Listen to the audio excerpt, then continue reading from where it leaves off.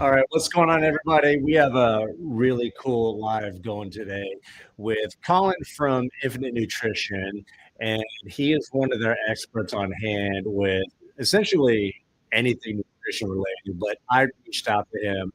Actually, you reached out to me about a question that I had because Infinite had announced a new product, and I left a comment under that post asking about why my mouth was so dry on my rides. And Colin reached back out and has some suggestions on what I could do to kind of figure out what's going on and solve that problem. So, without further ado, Colin, welcome to the live stream. Yeah, thanks, Andy. I appreciate you reaching out on that post. That was something that I've dealt with for quite a bit. I found, particularly on the summer months, I would be maybe 2 hours into my ride, and at some point, my mouth would just be just so destroyed that I really couldn't taste anything, and I didn't want to take anything else in, and that obviously creates an issue. Yeah. Can you give us a quick background on your position, first of all, what your title is, how you got to where you're at?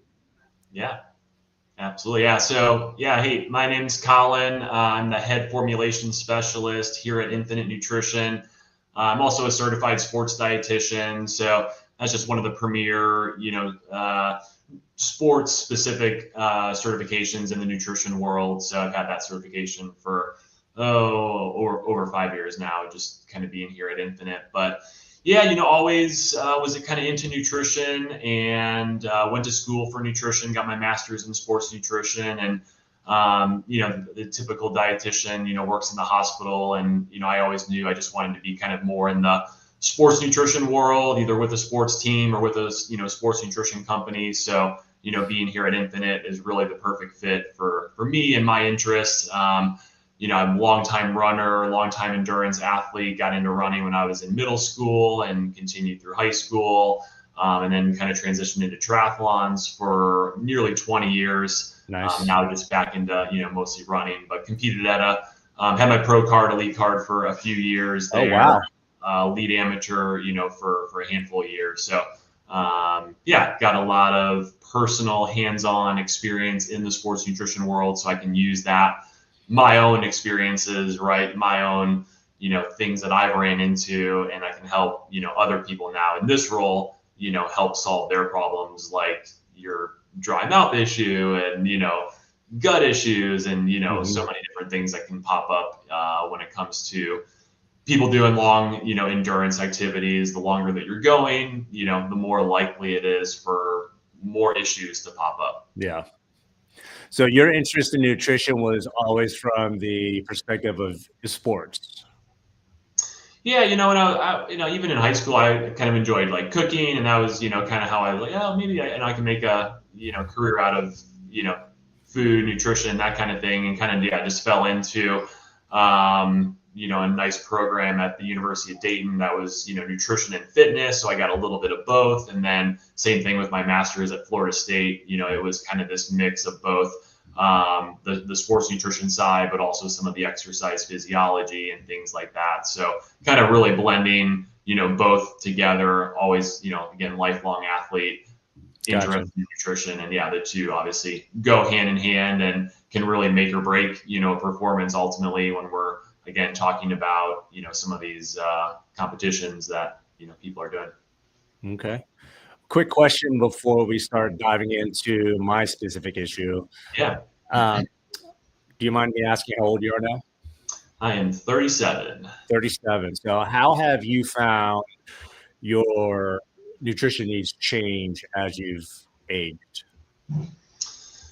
Yeah, I think for me personally, where I'm at, I got a busy family life at home, so I'm not doing as much at the moment. That may change as I get older, again, but so kind of on a more general side, kind of controlling calorie intake, going from kind of that elite athlete mindset of, okay, I got to really make sure I'm fueling my body properly, to now kind of pulling things back a little bit. I'm still running, still staying active, but not quite putting in the volume, that I was at one point, Mm-hmm. just a handful of years ago. So I think for me personally, that's kind of my biggest thing. I think probably one of the biggest things with aging, especially as we start to see people get into their, we'll say 40s, 50s plus, is, that age related muscle loss. And this is athlete, Yeah, non-athlete, really everyone, and making sure that you're getting unfortunately. enough protein, to preserve muscle, make sure that we're keeping those muscles active with age. I think that's, one of the biggest things for, overall kind of health and longevity. Okay, so does nutrition, or not nutrition, but hydration change quite a bit as you age? That's a good question. I mean, I haven't seen that specifically. We see that, the more fit, trained you are, your sweat rate can actually increase. Mm. So not necessarily an age specific thing, at least that I'm aware of. So yeah, I mean, certainly a lot of factors go into sweat rate, how much, someone's sweating, even how much, sodium, someone's losing. That can, there's genetic factors, there's, how much muscle do you have, male versus female, all those things. But as far as age specifically, I wouldn't put that as a top, factor of saying, oh yeah, as you get older, you sweat more or less. Gotcha. Yeah, no, I'm only asking because my experience with the whole nutrition side didn't even start until the last decade or so when I got into more of the general fitness on the CrossFit side. And then I stepped into the endurance stuff with the running and the cycling and stuff like that. And I was like, I guess I better pay attention now. Because I think back when I was young as a kid, it's like in the summer heat in Texas doing football practice. So we had like 3 bottles of water. No one ever talked about that stuff. Yeah. Yeah, no, I mean, yeah, certainly for everyone that's in the South, Texas, and you guys got heat, year round. We're up here in Yep. Cincinnati, where currently it's it's not too bad. It's about 50, in the 50s, but we're Nice. heading into winter here. But yeah, I mean, ultimately, yeah, I mean, hydration can certainly make or break. I'm sure we'll talk about it as we go along, but it doesn't take a whole lot of dehydration to really start to impact performance, whether that's you as a cyclist or even you as a high school football player. That can really have a big impact on Yeah. overall performance. And even on your everyday to day, because if you're dehydrated, your brain's just not working. And I found that days on where I'm in front of the computer for a long extended period of time because I make a lot of content, I'll I'll have these little headaches in the back of my head, and it's already too late. I go jump in the kitchen and make a mix and get rehydrated again. Yeah, You function a lot better when you're hydrated up. All right, yeah, let's go ahead absolutely. and move into the reason why we started communicating was it Carbzilla that you guys had sent an email out Yeah, and Carpzilla was our April Fool's prank, and I yeah, guess and it was got like, got here we go. And I was like, on the topic of high carb, because I had been using the Infinit custom mix for a couple years. I was on a racing team called United, and they were one of the sponsors. And I thought it was pretty cool that you could go to your website and you could customize your mix. You're not just buying a stock build. You can tailor how much sodium you want, if you want to add protein and all this other stuff. And I had a couple different mixes, but as far as the sodium side, they were fairly similar because I went into this thinking, all right, I'm using this on the efforts where we're really pushing. So I'm going to lose a lot of sodium. I need to maximize my sodium intake. And I didn't do a whole lot of research. I just did some bro science.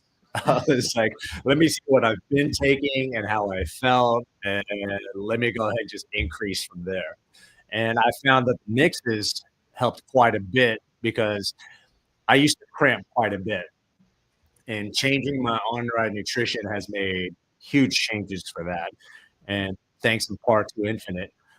But I do, like I said earlier, around 2 miles in with my past mixes, my mouth would get so dry that it just wasn't even comfortable trying to drink anything.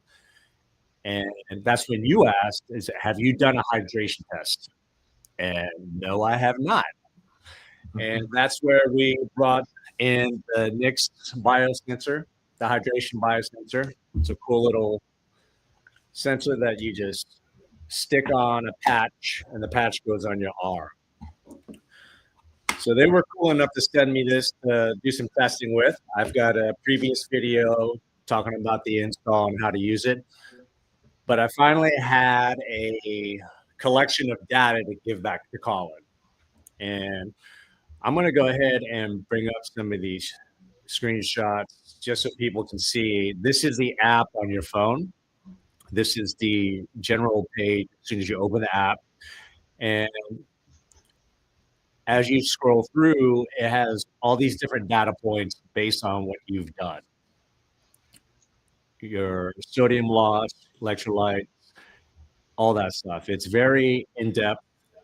And the cool thing is they even give you a sweat recovery suggestion based on the 2 hours after your effort, what you should do to get back to where you need to be. Correct? Yeah, exactly. Yeah. So yeah, that rehydration process. I mean, we know that most people, especially when you're talking warm clients, again like you're in, you're not really you're not really expected to replace 100% of your fluid losses, and that's where that recovery window can really come into play nicely. The general recommendation, this kind of what they're likely pulling in is at least 16 to 24 ounces per pound of body weight loss. So, we can kind of factor that in, with the Nix results, and then you can, focus on that rehydration window post workout, to get yourself back to baseline. Because yeah, certainly, especially if you're doing, multiple sessions in a day, or if you're going from an evening workout into a morning workout, when you have less than 24 hours, that recovery window, that recovery process just becomes that much more important for all the things: hydration, carbs, all of it, electrolytes. So, and yeah, another just small little factor on that too is, not doing just water, right? We want to make sure we're getting some sodium, some electrolytes in with that rehydration. If you actually drink plain water post workout, that can actually almost dehydrate you more. It's going to, cause you to start to go to the bathroom more. You're not going to hold on to that fluid. Sodium actually helps you hold on to that fluid better. So, and that's one of those things that I find that people still don't completely understand, because even within the forums, like the Facebook forums, there's a local mountain bike group. And during the summertime, everyone always starts talking about hydration.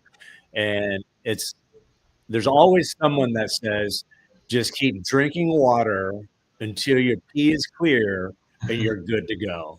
And like, I don't think that's necessarily what you want to do, and then drink only water while you're on the bike, because you're essentially flushing everything out when your pee is that clear, correct? Exactly. Yeah. If you're to the point where you're clear, yeah, you're likely overhydrated or like under electrolyted, if you want to put it that way. Yeah.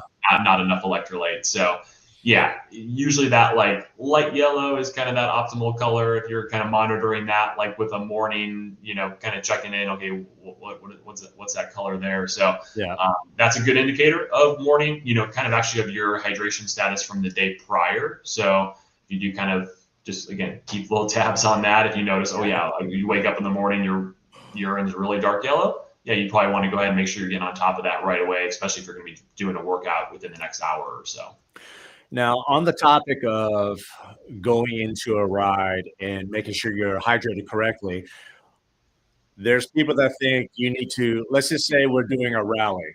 It's a 100-mile rally. It's going to be in the 90s. There's people that will tell you need to start drinking and hydrating like 4 days out.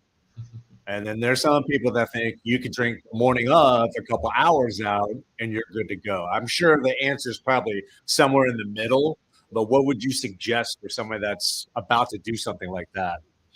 Yeah, I mean, yeah, I think you hit it right on the head there. So yeah, you can only pre-hydrate so much, and I think that's, again, kind of what you were getting at there. Yeah, you can't really start pre-hydrating 4 days before. Certainly, we want to make sure that you're staying hydrated and not getting dehydrated. Especially if you're going into a big, event or ride or something like that. But yeah, really, I would say, dialing in, really getting focused, the day or two prior, just making sure that we're really staying on top of it. Again, we don't need to be just chugging a ton of water. We just want to make sure that we're maintaining normal hydration. If you are doing a workout, again, focusing on that post-workout window, getting rehydrated and refueled there. And then, yeah, certainly if you're going into a hot, ride, we can do something a little extra with a little morning, pre-fuel kind of pre-hydration, get an extra 16 ounces with some high electrolytes in before you go out, just to kind of get a little extra in the body beforehand. But again, same thing. You don't just want to be chugging a bunch of water or even chugging excessive amounts of electrolytes, because again, your body's only going to be able to store so much. You don't want to be 30 to 60 minutes into that ride and then all of a sudden you're having to stop and go to the bathroom. So it's a fine line, kind of that, get it done 2-3 hours before, and then maybe do a little top off, right before you start, 0 to 20, 30 minutes before with maybe another 8 ounces or so. But yeah. Now, is there I guess kind of a window? I think you mentioned it earlier. It just kind of went over my head, but you're not trying to replace 1-to-1 with everything that you're losing, because you can't, right? You're in the middle of a strenuous effort. Your body's just not going to be able to process everything to replace 1-to-1. So ideally, percentage-wise, where would you want to try to be?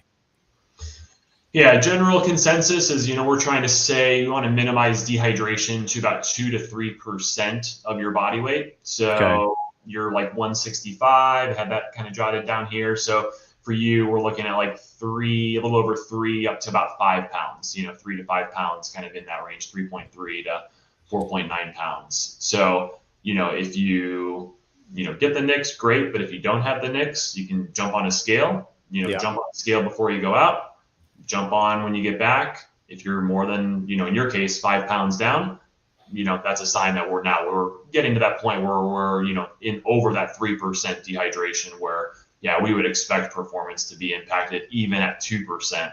We start to, see some performance declines. Basically, the heart, has to work harder to keep up, with pumping blood flow throughout the muscle, throughout the body to get to the muscles, all of that. So, 2 to 3%. So you can just take your weight, multiply it by 0.02 and 0.03, and you can get those numbers, no matter what you weigh. So. Okay, cool. Let me pull up.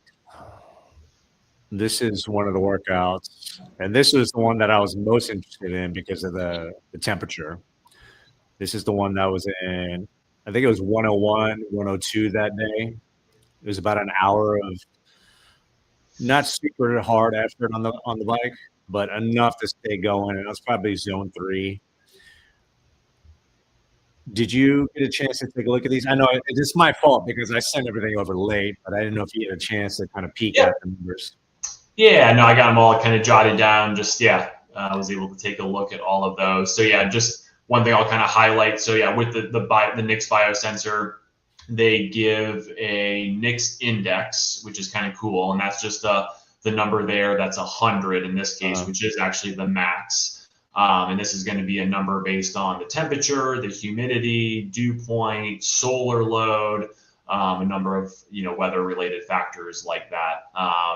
So that can kind of give us an idea if we know, okay, Nix indexes, maybe 90 to 100. We know, okay, we're going to need to be kind of in this range for, sodium and fluid replenishment. Whereas if we're down maybe in the 70s, that's kind of what I noticed with your numbers. Numbers kind of dropped off a pretty decent amount. So with this one, again, we're seeing that Nix index basically maxed out, hour and 11-minute ride.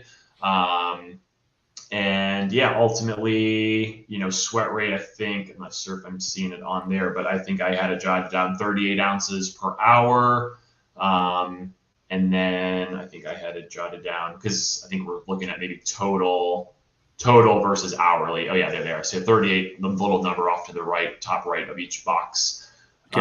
Hourly numbers. So 26.99 on the electrolyte, and then 12.79 on the sodium loss. So definitely numbers that are getting up there. Not the highest that I've ever seen, but certainly numbers where if we're not staying on top of this, we're going to be hitting that 2 to 3% dehydration number relatively quickly, and your performance is going to be impacted, within a couple of hours, safe to say. So just, I guess a really blanket statement. If you're looking at these numbers here, what am I trying to replace per hour? Mm-hmm. Yeah, great question. So, not an exact, you need to replace this. It's partly going to be a little dependent on how long are we going, right? So if Okay. we're only going an hour, an hour, let's say 2 hours, we're going to want to look at the total potential loss. So, in this case, it'd be, we'll say 2 hour ride, 76 ounces. Mm-hmm. Pound wise, that'd be equivalent to almost 5 pounds, about 4 3/4 pounds. So if we weren't drinking anything, hands down, yeah, we're going to be in that You're in some trouble. loss, that 2 to 3% range. But do we need to be drinking, the full amount? No, because we're only going 2 hours. Okay. But let's kind of turn the table and say, oh, maybe we're going 5 hours. Now the total time that we have, we need to close that gap on a per hour basis, because that 2 to 3% number doesn't change, Okay. right? So if you're going an hour or two, it's a lot easier to maintain that stay under that 2% range. If we're going 5+ hours, it becomes a lot more difficult to Yep. stay in that 2 to 3% range. So certainly if anyone, is doing this, we can look at the numbers a little bit more closely, look at a specific, okay, how long are we going? And let's figure out, how much do we need to be drinking to make sure that we're staying under that 2% range. Gotcha. So And yeah, I think, go ahead. yeah, I'd say, yeah, for you, I mean, I looked at a couple of the other ones that, really kind of what stood out for you was you had about, I think 4 tests that were, again, kind of in that upper 80s Nix index. I think there was one indoor ride, which Yeah. depends on what you're doing indoors, intensity, whether you're using a fan or not, things like that. But we actually find that indoor rides sometimes can mimic, warm outdoor rides, and that your numbers actually show that pretty well, actually. So kind of the 3 warmer outdoor rides plus that indoor ride, kind of averaged all of those together. And then we had 3 rides where your Nix index was kind of in the low to mid 70s. And we definitely saw that sweat rate was quite a bit lower. Electrolyte loss numbers were quite a bit lower. And yeah, ultimately, what a lot of people will end up doing is on the Infinit side is let's do some warm kind of hot weather mixes where we're going a little bit higher on the electrolyte. And then we can do some kind of colder weather, winter weather, mixes. So when it isn't as hot, we're not overdoing it and taking in more electrolytes, than what we need. So that's kind of what I was trying to do. But again, like I said, my sodium numbers are based on bro science. So I'm trying to get a more educated setup going on here. yep. Now, real quick question, because I noticed this at the end with the recovery calendar. On this screenshot right here, it shows, your suggested amount to replenish within the 2 hours. You've got electrolytes. And then this next slide, it's the same screen, but it's got a sodium breakdown. I feel like not everybody understands the difference between an electrolyte and sodium. Can you expand on that a little bit to make it easier for people to understand what the difference is? Yeah, that's a great question. And yeah, I think definitely something that people get caught up on. So easiest way to kind of put that, sodium is one of our, electrolytes that we talk about. So when we think electrolytes, we're talking about sodium, potassium, calcium, magnesium as kind of the main 4. There's also chloride, which is, we don't kind of talk about that as much, but chloride typically is going to be in with depends on kind of what form of sodium, we're using. So table salt or sodium chloride would be one form of sodium. There's also sodium citrate, which would not necessarily have that chloride component there. We have both, available on the Infinit side. And then with like potassium as an example, we use potassium chloride. So we're going to get some chloride, from the potassium as well. The reason I bring that up is that we generally say about 90 to about 95% of the electrolytes that we're losing is sodium and chloride kind of combined. So Okay. usually we're seeing those sodium and chloride numbers pretty similar.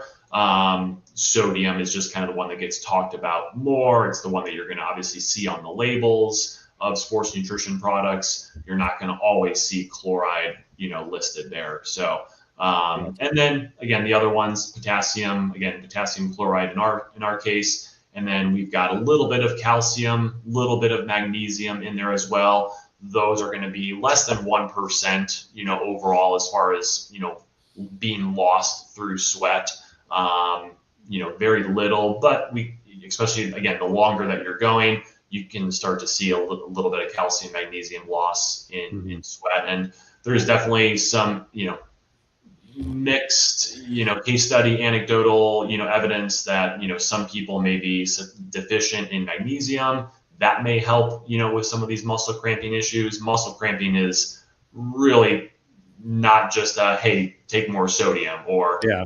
drink more. There's a lot of factors that can go into it. Not even, electrolyte or hydration, but we're talking maybe we just pushed too hard. Maybe we're going longer and harder than we've kind of trained our muscles to go. The muscles can start to misfire. Yeah. So that's why the electrolytes kind of get pulled in, because the main thing that electrolytes are doing is making sure that those muscles are contracting properly. And but when we get that fatigue component in there, things can just start to get off and start to misfire. Mm-hmm. Yeah, I experienced that when I did my first marathon last year. I didn't. The training program I was following was the stock program on the Garmin watch, and I felt it shorted me on the volume. But everything else was perfect until I got to like mile 22, and then Yep. I started feeling it. And once you have to stop even for 5 seconds, you just open the wound, and it just is an issue all the way to the finish line. Yeah, I feel like marathon running, is kind of notorious for that. That 20 plus miles. A lot of people, only go up to 20, so it's new territory, right? Like kind of like I was saying, it's so yeah. Could it be hydration, electrolyte? Yeah, we're going longer. Running nutrition can be logistically just more difficult to manage. Obviously, with a lot of the major marathons, you've got aid stations and things like that. But if you're trying to carry stuff, and even if again, whatever you're doing, it can just be logistically harder to take enough in or that much in. So again, certainly likely some hydration and electrolyte components, but also I think definitely some fatigue components. And I've been there myself, ran Chicago a couple times, and yeah, you start to feel those twinges and things like that. And so had it, I'd say worse maybe on the first go around, and then try to pull in some extra electrolytes. And I do think that did that helped a little bit. And one thing kind of specific with Chicago is it's flat, right? So you're using the same muscles every stride. There's no up and down at all. So there's that element there too of just that repetitive motion. The muscles doing the exact same thing for 3-4 hours, however long you're going. So. Yeah, once you get out of sync, your body's kind of like, whoa, what's going on here? Yeah. Yeah, in Dallas, the route went around outside downtown, and there's a lake called White Rock Lake, and we had to run over a suspension bridge. I thought I was like about to kill myself because the bridge moves, and then your body's so used to your foot landing where it's supposed to land, but all of a sudden, just that little bit of difference, all of a sudden I was just like, am I drunk? This is so weird. I've never felt this before. That's funny. Yeah, so quick, I guess, do you have any quick tips for people that are going to prep for a long endurance event like this, like some best practices to make sure you're set as far as your hydration goes? Yeah, I mean, I think hands down, you got to know your sweat rate, whether it's with the Nix Biosensor. That's great because we can get that extra information with the electrolytes, like we were talking about. Again, in your case, we found that, yeah, we definitely need to make sure that we're staying on top of that sodium, electrolyte replenishment. We probably do need to look at, getting you bumped up a little bit higher. So if you're not going to go that route, again, still just knowing your sweat rate, you can do that at-home test where you jump on the scale before you go out, you jump on right when you get back. and then we can kind of take those numbers, look at how much you lost, how much you drank during the workout, whatever it was, and then we can kind of come up with a sweat rate, based on that. You can do both, if you have that scale at home. So I highly recommend that.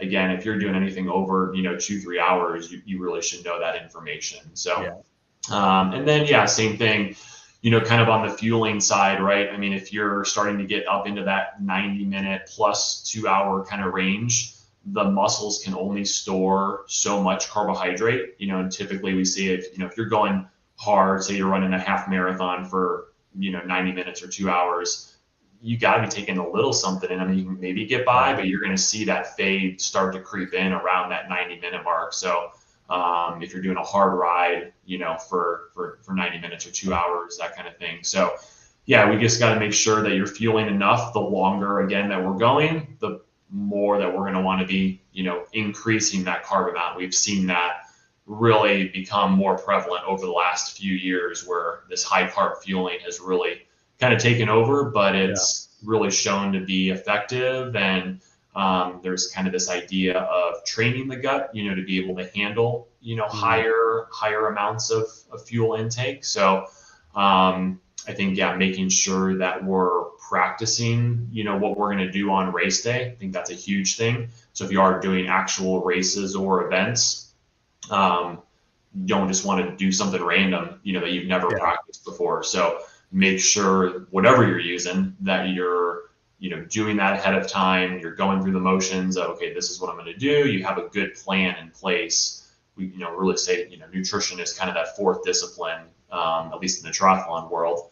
I guess you could say it's the second discipline for cyclists, but I think it's definitely important to make sure that you're practicing that ahead of time. And then, like we talked about, we can come up with a good hydration plan, fueling plan that really kind of combine the two. That's ultimately what we do at Infinit is, keep it simple, all in one nutrition, no gels, no bars, no salt pills, anything like that. That's our ultimate goal, just to keep it easy and as straightforward as possible, so you can just drink and not have to worry about, other things. So, so sweat rate test, practice what you're doing ahead of time, come up with a good, game plan of what you're going to be doing during your event. Okay. I got 2 more questions. I know you're busy, you have another call, so I'll let you go. Question number 1 is, what tips would you have to fight flavor fatigue? Yeah, great question. Yeah. Again, the longer that you go, the more, for those that don't know, flavor fatigue is kind of this idea that what might taste good, hour 1 and hour 2 starts to become a lot stronger and sweeter, hours 4, 5, 6 plus. So, one of the nice things on the Infinit side, we can actually customize flavor intensity, flavor levels, which is huge. So we can keep all the nutrition in there, keep all the carbs in there, keep all the electrolytes in there, everything that you need, but just we'll knock down the flavor and keep it nice and light. So that way you can continue to drink, hour after hour.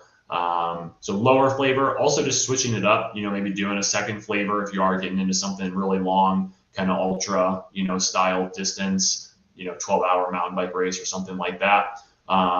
Just switch it up with another flavor, maybe throw a little caffeine in that second, bottle, that second flavor. You'll pick me up that way. And that can be a nice way just to switch it up, make sure that you're not just drinking the whole, the same thing over and over again for 8 hours, 12 hours, whatever it might be. Yeah, that's a long go. Now, what is your opinion on those that think you should do heavy carb load at the beginning of the event and then taper up towards the end because you're almost done? You don't need it as immediately as you would as hour 3 in a 7-hour event? Or do you think you start off easy with the carbs and then increase it towards the end, because by then you're more fatigued and you probably need more? Or do you just stay even throughout? Yeah, I'm kind of in that even boat, honestly. Let's just you could, in theory, get away with things, early on, right? Because you're fully stocked. Mm-hmm. But again, the whole idea is that we want to actually preserve, that muscle glycogen that's already in your muscles from, when you start. So Yeah. by fueling early, we're actually going to conserve that. We'll be using the drink, as fuel more so, still maybe tapping into those glycogen stores a little bit, depending on how hard you're going. But yeah, let's just keep it consistent. Again, it takes a lot of the guesswork out of it, as opposed to trying to, start light and then ramp up, or, start heavy and then go down. I would imagine that also is easier too, if you just keep it even. Yeah, exactly. I usually recommend for people just, pick a time interval, every 10 minutes, and, set your watch or computer to go off, every 10 minutes, and, just take a sip or two every 10 minutes, and easy, done. Don't have to guess at all about it. When you were running Chicago, what was your game plan with your nutrition? What was your protocol? Yeah, so I carried 2 little 8-ounce bottles with me. Just held one in my hand, had another one on my waist, and basically had a custom blend in one bottle. And then we have another product called Tempo that's kind of a high salt, kind of a concentrated gel type of product, still a liquid. And basically just had that concentrated in these little 8-ounce bottles. And every time I would go through an aid station, just took a little shot from the bottle, grabbed a cup of water, washed it down, and that was all I did. Didn't need any, again, gels or salt pills, carbs, the electrolytes in there. And yeah, that led me to sub 3 and a Boston qualifier. Dang, son, sub 3. Nice work. Sounds pretty streamlined. I'm gonna have to try that Tempo out. Yeah, when I first started training for the marathon, I'd never ran like that. All my running history was the 100-meter 110 hurdles. So everything was sprints for me. Yeah. And I almost killed myself trying to take a gel while I was running. I was like, I'm gonna have to learn how to eat while I'm running. This is crazy. Yeah, so the hydration mixes are a much easier way of taking in carbs without having to disrupt too much. Yeah, for sure. Cool, Colin. I think I've got all my questions answered. If there's anything else you want to leave out there for everybody, feel free to do it. Otherwise, I'll leave links for Infinit, and you can get your own custom mix. Yeah, no, we offer, we've got the whole coaching, sweat testing packages, but, separate from that, we offer free consults where you can just kind of chat with me. We can talk through custom blends. So if you're not sure kind of what you want to be doing or what you should be doing, or just want to talk through any of that, I'm here, I'm available, and that's kind of what I do all day long. So happy to touch base with whoever. Yeah, and I will attest to Colin's responsiveness. He's on the point with all the emails. So I appreciate that. Yeah. All right, man. Thanks again, everybody who actually tuned in. This will live on YouTube. If you have any questions after the fact, drop them in the comments, and I'll do my best to get them answered. Thanks again, Colin. Have a good day. You too.